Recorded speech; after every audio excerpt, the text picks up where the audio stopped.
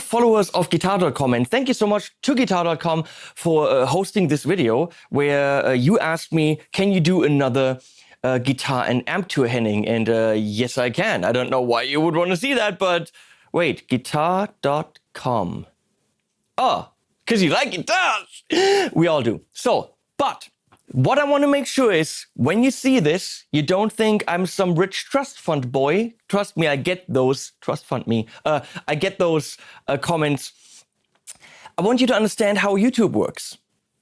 I'm a producer. I'm a Berkeley trained musician. I've produced albums. And in the process of doing that, I've built a studio. I accumulated a few amps and a few guitars, like some people, a realistic amount of amps and guitars. And then I got into the YouTube world. And as my channel grows, more and more companies want to show you what they have to offer. That means what I play is advertising. When I play a guitar, it advertises that guitar to you. I will only play it if I actually like it, if I think it's a good deal, if you buying it makes you happy. But I don't buy that guitar. In some cases, I actually get paid to show it on the channel. It is advertising. It is honest advertising because I will only show what I can get behind. The same for amps. Have I bought all the amps you're gonna see? No, I have not. Have I bought some? Yes. But they are here to advertise them to you. But in order to advertise them to you, they have to get past me. So don't think I'm ultra rich and I'm buying all this stuff. No, it is influencer marketing. And I hope you understand what that means. It means we check it out. If we like it, we say to the company, okay, you can give me one. I know it's cool, right? But trust me, this is how that works. I don't buy all this and then spend my free time showing it to you. That's not how it works. So moving on. Vanessa, where do we start? Vanessa pointing at her. Vanessa's behind the camera, by the way. Vanessa says this way. Okay, we're gonna start over here and we're gonna go relatively fast because it's a lot of stuff to cover. Vanessa, stay right there. Nick Johnston signature, Schecter, in a beautiful, beautiful seafoam. I love this instrument because it's got a wangy neck and I love dark necks, as you will encounter. Locking tuners. This is a modern interpretation of the Stratocaster in a brilliant form. You know, none of this, and only two, and clocks in, I don't know, 3,500. Should we even say prices? I don't think we should. This is a great guitar. If you're looking for a kick-ass Strat, this is it. And I know Fender wouldn't want me to say Strat. Sorry, Fender, but that's what it is. This is as good as guitars come. This is the Shabbat Lion DX. It is actually Avishai Shabbat's personal guitar that he gifted to me. It is literally as tonally blissful as any instrument you will encounter anywhere on the planet. It just doesn't get more beautiful in blooming tone and fullness. And yeah, it's all beat up, but it's got so much mojo. It's got so much charm, and look at this insane neck. And we're going to talk about pricing. You would say, yeah, but I can't afford this. It's not inexpensive, but it is about 3,000 to 3,500, which is really nothing for what you get here. Check out Shabbat guitars, they're insane. Moving on to, now I've got to say, all the guitars that are here in the studio are the ones that right now I'm using, I'm showing, I'm playing, some that I will never get rid of.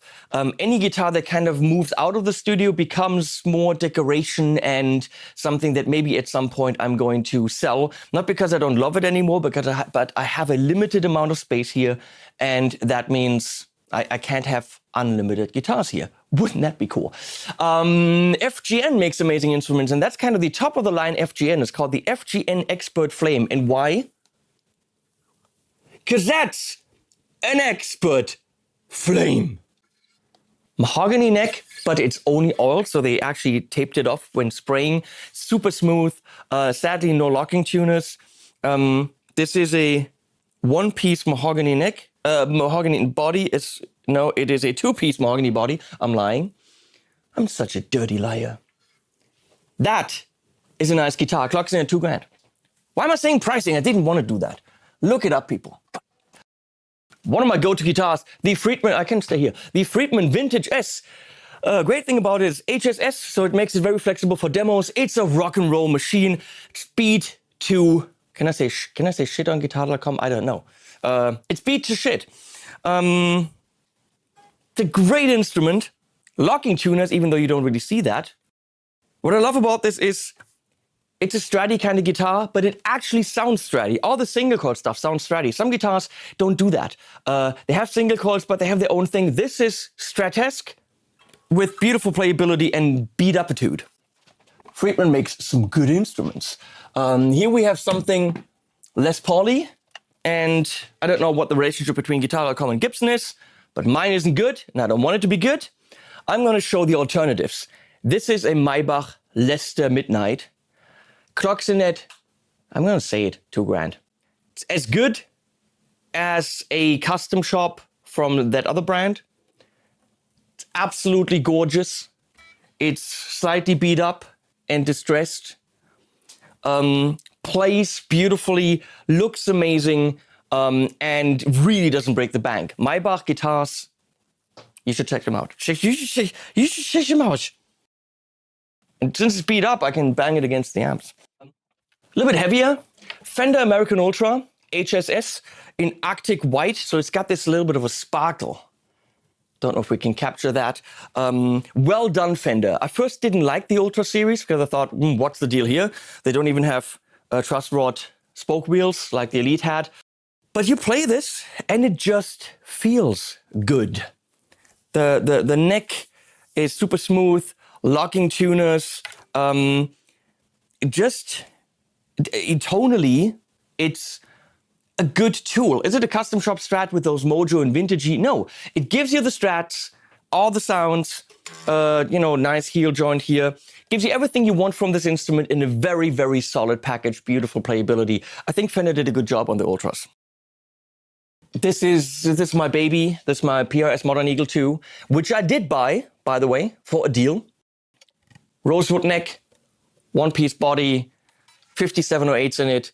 It's the guitar that you could literally play any style on, like any style. This would be probably the one guitar that would stay if I had to get rid of everything. I'd have to say that.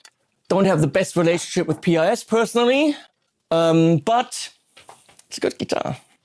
This is a custom-built KVenzel. Call it the M3 because it's the metal monster, the maple metal monster. So maple fretboard, beautiful flame maple neck there. Bad shutter locking tuners which need to be replaced because they don't do their job. Nice thin flame top, one-piece Virginia mahogany. It's a great instrument, but it would clock in at about $6,000. Of course, I didn't pay that because, again, I'm an influencer. And at the time I got that, I still paid for it, but I got a deal. Look at the light. Ooh, crazy. Prestige guitars, DC Coupe, one Filtertron, Gib as we say in German. That's just, rock and roll me all day long. Okay, we're going to have to talk about Blanche for a second because those who follow the channel follow Blanche. This is the Tone Fuchs Bulldog, and her name is Blanche because she's a golden girl and she's the nasty one. Because, come on, P90s, they're nasty. I wanted the idea of a two P90 guitar with a single coil in the middle, and then I get this. Because, again, I didn't pay for it. Luthier does whatever he wants. He put a Charlie Christian in the middle, which is a single coil. So what you have here is technically a Strat. You have three single coils, so you don't have a Strat.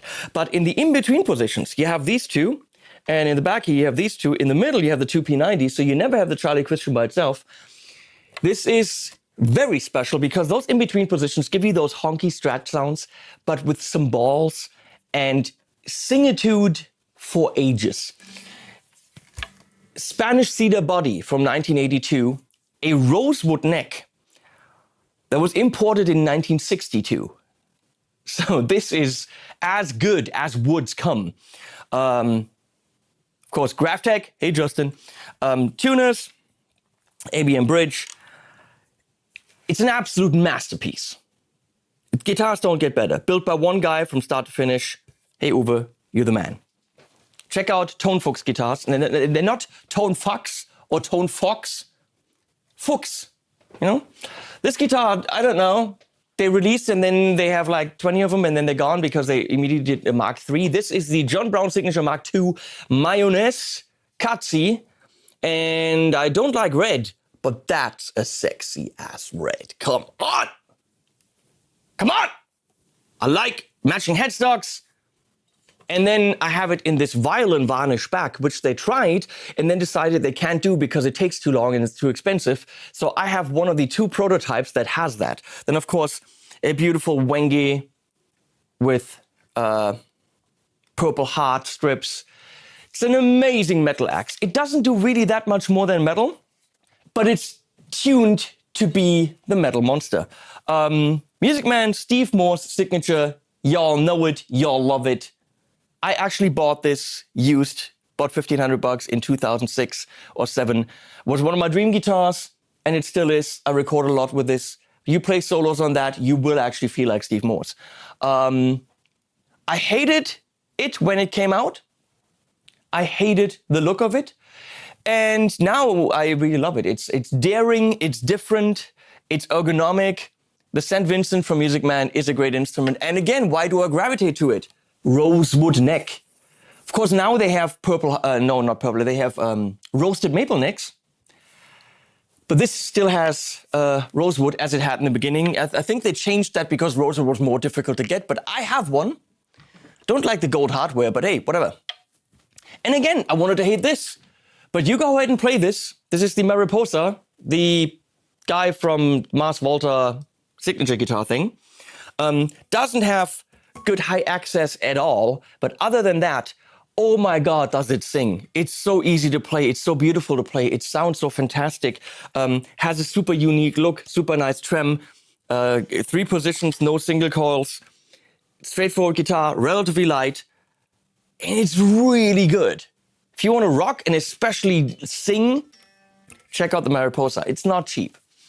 I'm sad that Music Man stopped making the Amada, because it's their set neck, kind of Les Paul idea. It's actually not a set neck, it's a neck through. I don't know if you can see that, probably not. It's a neck through guitar with a very, very unique, she's trying to follow me, with a very unique shape. Beautiful dome top, then flat here. It's a great instrument. Looks weird with the Music Man headstock, but I think it was unique and daring, and it sounds good. And it looks cool and it plays well, but apparently it didn't sell, so they're not making them anymore. Eastman, another great alternative to the Big G. One piece, mahogany. It's an LP, come on. But Lala Imperials, super craftsmanship, made in China, but not OEM. It's made in China by a group of craftsmen that only build Eastman. They don't build anything else. It's an absolutely stunning instrument. I'm going to come close and show you that top. Violin varnish on it. This thing clocks in at $2,000. Actually, sometimes even less, with a case. And with Lala Imperials and one piece and all that stuff, this would cost you about twice from any other brand. This is the Harpoon, also called the Hype 7. Ormsby guitars. How much metal? How much more metal can a guitar be? None. None more metal. Because, I mean, it's 7-string, multi-scale, purple burst, everything pointy, and then look at that headstock. But these things clock in at $1,500-$1,600, and they're really well built, set neck guitars, just really beautifully done. Big ass volute, locking tuners, everything you want on a modern metal guitar. Everything feels massive though. When you get this, it's like, oh my God, I'm playing a giant. But it also sounds gigantic. Back here we have the Amanak, which is, this is my heavy corner. Amanak from Harley Benton. That's a baritone with active pickups. Actually, active EMGs. Active EMGs, beautiful top, neck through 5-piece neck, locking tuners by Grover, volute, everything you want. I mean, and you know, matching headstock. And that's a baritone. And I think that clocks in at 500 or something like this. It's an amazing deal for a heavy ass guitar. Fender Performer Jazzmaster. I'm going to say, looks like a Jazzmaster. It's kind of nice. Doesn't floor you, but it'll do the job if I need a Jazzmaster. My Mayonnaise Hydra 6. It's missing the headstock. Was my first headless guitar, and it's very good. I mean, anything you get from Mayonnaise is very good. Beautiful, beautiful instrument with a wenge neck and I think walnut stripes in it. Mahogany body. Beautiful instrument. Again, for the modern stuff. Vola, highly underrated instruments. This is the Oz Roa, R-O-A, roasted maple fretboard and neck. Locking tuners by Goto. Mahogany body, so it looks Strat-esque, but it isn't. I mean, it is. It actually has some of the most brilliant high-end sounds you want.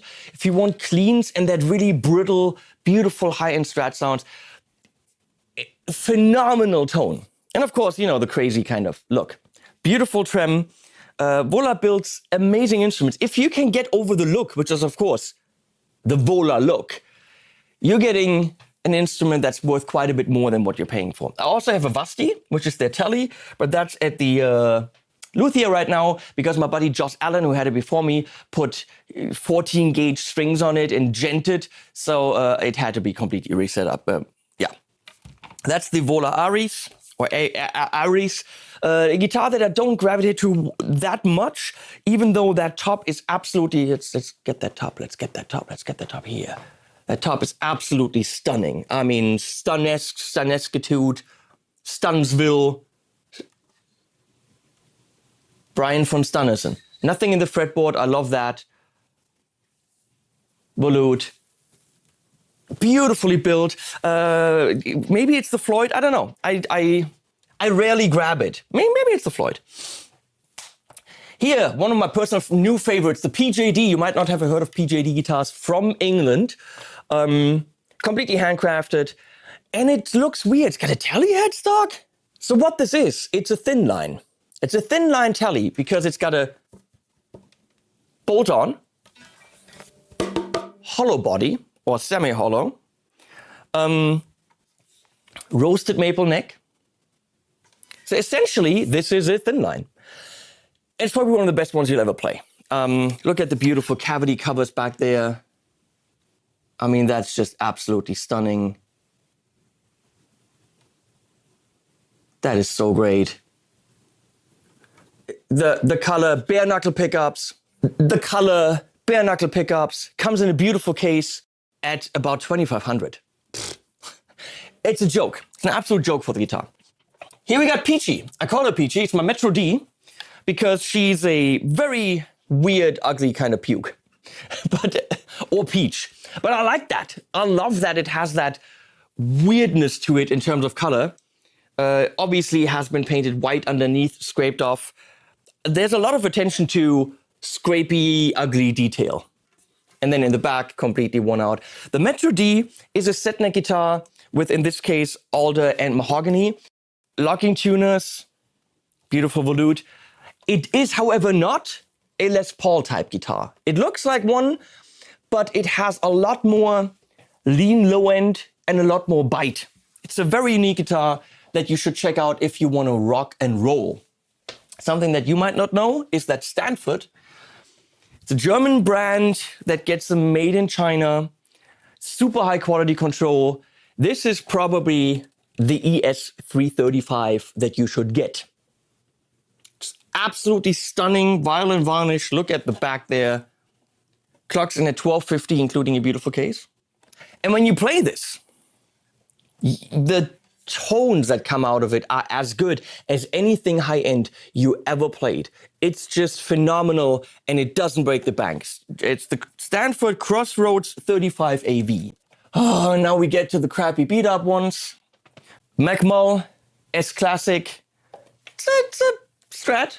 It's a Strat that is nice. Got my name in it right there, which is really nice, as you can see. Made for Henning Pauly. That's kind of neat. I mean, that makes me happy. It's as good as a vintagey custom shop guitar will get. It's also priced accordingly. Now this is the Purple Monster. That's the heartbreaker they built for me with their prototype humbuckers. And they built this to me for me as a present because I've been doing such a good job for them of playing the guitars. People have been, you know, responding to it, and they gave this to me as a gift. Thank you. I love you guys so much. This is possibly one of the best instruments you've ever played. Doesn't look like much. It's like a purple thing, 2 humbuckers, doesn't even have split coil, just a maple neck, not even very stripy. Where's the volute? All that. No, play it, and then let's talk again. And on this one, they actually did my logo, which is way cool, okay? Thank you, macmole guys, I love you. So if you have the money, check out macmole. If you don't have the money, please don't check them out because you will never look at guitars the same way. macmole T-Classic, same thing in Telecaster, which I actually did spend some money on. Not the full price, but I bought this because I wanted it. That's stupid of me. Why'd I buy this? Ibanez 1070 PBZ. Great guitar, but it's on the chopping block. It will be sold because I need to make space for other Ibanez's and possibly other guitars. Ibanez AZ22040AB. It's a great, great, great working tool. I love using this in videos with the roasted maple neck, beautiful playability, locking tuners, the Hyperion pickups and the Goto thing and the playability and of course the beautiful, beautiful color. It's a great tool if you're a YouTuber because it'll cover so much. And it's easy to play. And then of course guitars that I bought years ago, Gem and Satriani, because guess what? I'm a Satriani and a Vi fan. That's the PRS something CE24HB, 24 frets. CE means bolt on neck, and it's a hollow body. Great tool, plays beautifully, sounds beautifully. It has some issues where I'm thinking, PRS, you're putting cheap stuff in there that I don't like. Why does it have plastic inlays, and why are the cavity covers not recessed? The top really doesn't look very matching depending on how you look at it. Actually, now it does. Okay, there it's kind of okay. Yeah, but as a tool, holy hell, that thing sounds great. And that's it for the guitars in here. We shall move upstairs. So now we're in my living room, and this is kind of guitar storage, where things that don't fit in the studio anymore, I put beautifully on the wall here, and I'm having fun with it. I might get it down, I might not. There's some acoustics back there, beautifully stored. I've got a couple of acoustics downstairs. I have, of course, basses as well. I've got Magnus basses. I've got some Sandbergs, which I absolutely love. Let's look at guitars. So here is my Berumen copper top, which I might be selling because it's too sad to just sit here in this room. It's an actual patinate copper. If you're interested in this, maybe contact me. I might be willing to get rid of it for the right price. Look at that neck. Wow. Sorry, this is turning into kind of a sales show, but I have too many of these things. So what's the point of this amazing instrument hanging in the living room?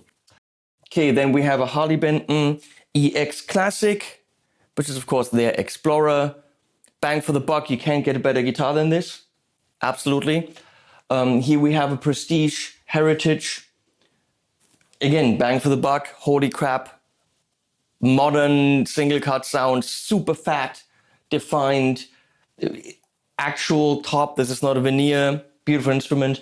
Here's my Berumen, I don't even know what it's called. Calf top, and look at that top. Come on. And again, it's been in the studio long enough. Now it's been banned here, and that's kind of really sad. But this is how things go. Then there's my Maybach Telemann. Great variation on a T-style guitar by that German brand. Over here is my Harley Benton SC550 Supermod. That's a Harley Benton guitar for $250, €250 that's been modded with Fishman Fluence and stainless steel frets and bone nut, and it's got a pleck job and an ABM bridge. Everything's been changed just to see how far the guitar can be pushed. Here's one of my signature guitars from Harley Benton. Roasted maple, fretboard and neck, purple pickups, cool push combinations, locking tuners, Cloxinet, $3.99, but you can't get it with the purple pickups. When you buy it, the series model now has black pickups. So if you're interested in this, you can actually get this at Thomann. Here's a Fusion 2, all roasted with a Boss pickup on it for synthy stuff. Here's my signature that was done accidentally in gray. We called it the Oopsie because we wanted to order one and they ordered 50. Then there's an SG type guitar from Harley Benton, a hollow body from Harley Benton. There's another one of my signatures. There's another roasted one. Back here, behind the massage chair, is a PRS SC550. No, SC250, which I was stupid enough to put Fluence in, but I have the original pickups and I very much should use those. It's an absolute rock and metal monster. It's way too dark to actually be photographed, but it's got a really, really beautiful blue top. It's a great guitar that right now is sitting behind the massage chair. Just like the SE1 with a 1P90. My first Strat back here, which is a Strat Plus, which I think is still worth quite a bit.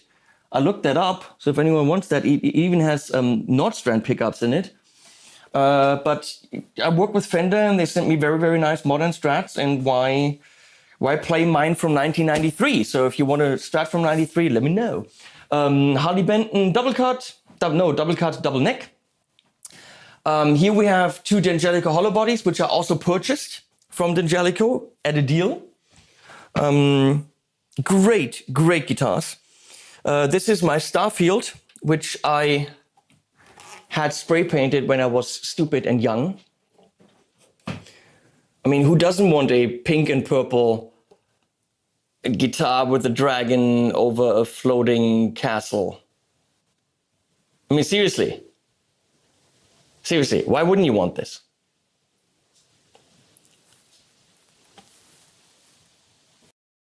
And then on the wall behind me, under some beautiful pics of Berkeley, there's another signature guitar, another signature guitar. And here is a totally chaotic room that I usually use for video gear storage, that right now I have a couple of guitars in just to get them out of the way. You know, some that need setup and some Harley Bentons that I'm not showing anymore. Just a totally chaotic room next to my bedroom. Loads of guitars. So let's talk about amps. It's my amp wall, but there are more amps in Studio B, which we just built. This will be teared down next week to be completely redone. So very soon this will look different. New floors, new tables, new amp rack. But let's look at how it is now. Up here we got a torpedo reload, which I can use for a couple of things. But then, before we go into anything, right here, this is the heart of the amp rack, of course. It's the Ampede 88S Studio Switcher, which allows me to have 8 different amps on it, 8 different cabs. I don't need 8 cabs, but 8 different amps, and it's actually cascaded and chained together with the 88S down here. So they work as one unit and allow me to have 16 amps. And how do I switch between them?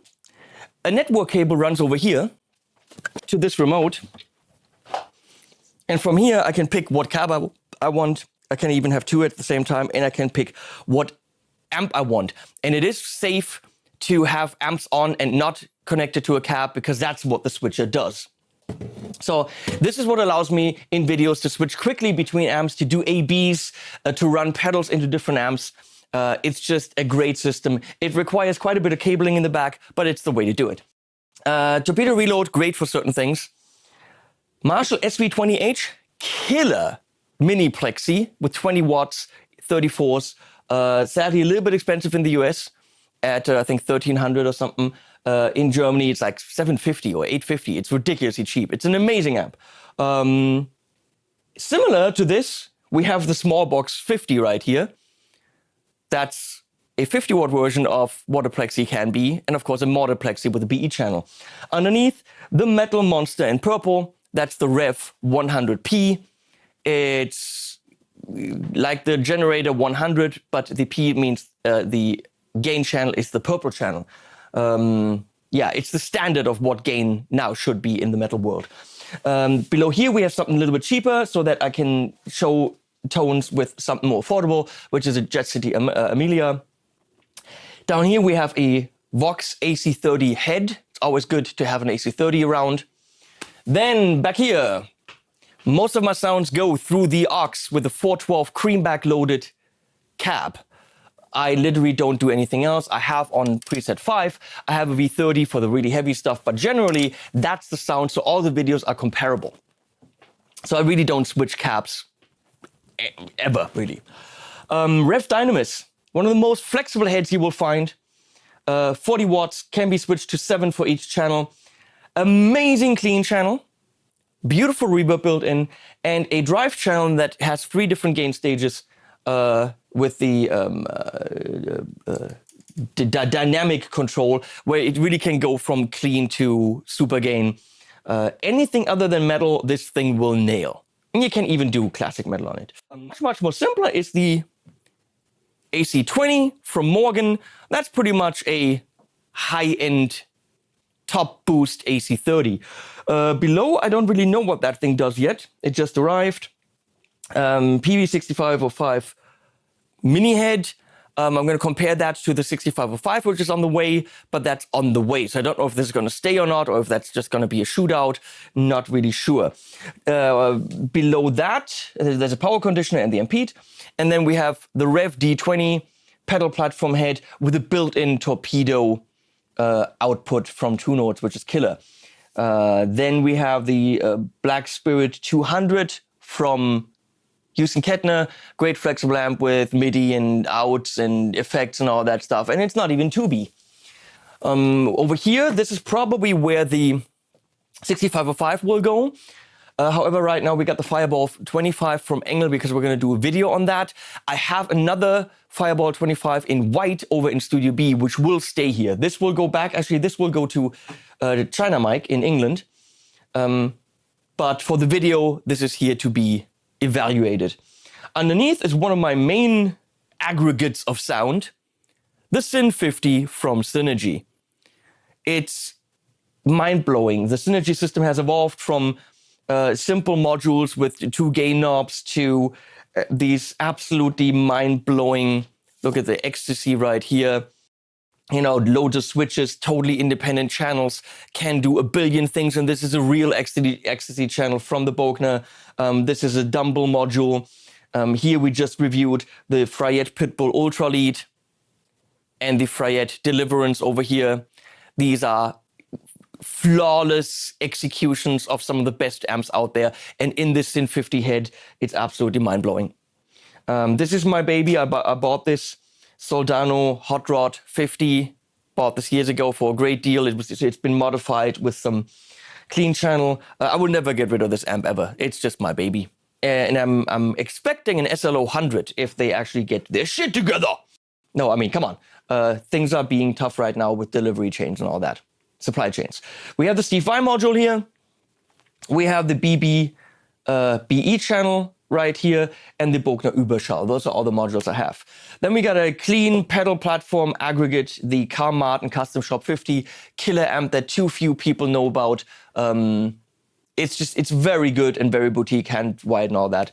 Underneath we got the Dietzel Powell, which is kind of their classic take on a twin and a Marshall. Beautiful amp. Over here we got the Tube Clock from Houston Kettner, which is not on. Okay. Then brand new, I got the Artist Edition from Engel, which I haven't really explored too much, but that's going to be showing up in loads of metal reviews for guitars and stuff like this. The Laboga DS40, no, that's the DS40, but it's a 50 watt. Is that true? Was it the DS50? I don't know. Very boutique amp that I actually have the matching cab to, and that might be for sale at some point. If anyone's interested, write to me. I have the matching 112 cab. Dirty Shirley, that's just rock and roll in a box. JCM 800, rock and roll in a bigger, heavier box. Orange, Rockerverb 50. These are just amps to have. JCM and a Rockerverb are a good idea to have when you do pedal demos so that you can show pedals in amps that people know about.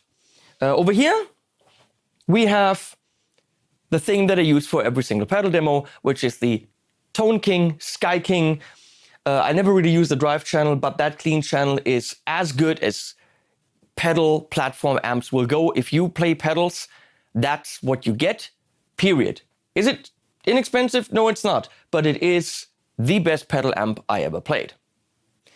And I guess for amps, I see you in Studio B and we look at some more. So now we're in Studio B, which is the new place we did for Gear Street, and we're keeping this as a fully functioning studio, which allows me to actually have more combos and cabs, which in the other studio I just don't have space for. They would be completely blocking everything. You couldn't move around. In this studio, behind these seats, I have a lot of space to actually put combos and, you know, cabs and other things that I wouldn't be able to film and feature in the other place. So you'll see more videos coming from this because it's a really, really pretty room that we spent quite a bit of work on. And I went into the basement and kind of got everything out that I couldn't feature in the other room, primarily big cabs. So what we have in here right now is Delaney LA30BL over here with a matching 212. On top of it, we have the Rev G20, which I don't need in my main studio because I have the 100P, and that kind of serves a similar purpose, of course, with a built-in torpedo. Over here, we got a Fender Bass Breaker 30. So under the bass breaker, which you can't see, is a Fender Hot Rod 50, which is again $799 or something, or $699. It's one of the pedal platforms ever, but you can't see it. You can see it if the camera over there films it, but not that one. Over here, we have the Achilles Argos, which is a like modern version of a JTM with everything you want on a JTM, like the bridging, whatever that can be done with switches. Handmade in Australia by my friend Labros. What an amazing amp, and look how pretty that is. Underneath is another Rev. Rev is kind of dominating here. That even has my dog's paw in it and my name. That's a Rev Gen 740, and what a beaut she is. In front of it, well, Fender Deluxe Reverb, because you need a Deluxe Reverb, right? And as you can see, everything's plugged in, and that of course is thanks to another Ampede system that I've got in here. Over here, we've got something very, very limited. That is the Fireball 25 from Le Engel, as they say in France, in white, with a matching white cab. You don't want to lift that because it weighs 7 tons. Also doesn't have corners in the front, so you mess it up. But, oh my God, look how pretty. That obviously will never go anywhere because, well, it can't, it's too heavy. Over here, we have a Torpedo Captor X on a Waza 2-band expander, on an Ampede switcher, on an orange PPC 212V, I think. That's the light version. Over here, that's always the cab that we'll test on. Someone will sit on the chair and then test here. So for now, we got a La Boga Beast 30-watt amp here on a coffee cab blue 212 speaker thing. And behind this Vola, over here, there's the Ampede remote. And this is a Carl Martin Rody 15, kind of a non-master volume 15-watt boutique thing. And that's kind of it. Also, yeah, of course, there's, you know, like little Joyo heads everywhere. And there's, of course, basements with Joyo heads and other things. Somewhere I've got, of course, the Joyo dual clones, 2 or 3 of them somewhere. So thank you, Guitar.com. Thank you for watching, guys. I don't know why. It's just amps and guitars, and it's not cool stuff like bananas or video games or gravel. I don't know. I talked too long. Thank you. I would say animals at the end, but this is hosted at guitar.com. There are no animals at the end. Get some animals, put them at the end. I mean, you could. Love you guys. Love guitar.com. Thank you for watching. And subscribe to my channel if you haven't, because then you can see all this stuff in action and actually hear it, which is kind of what it's all about. Mwah.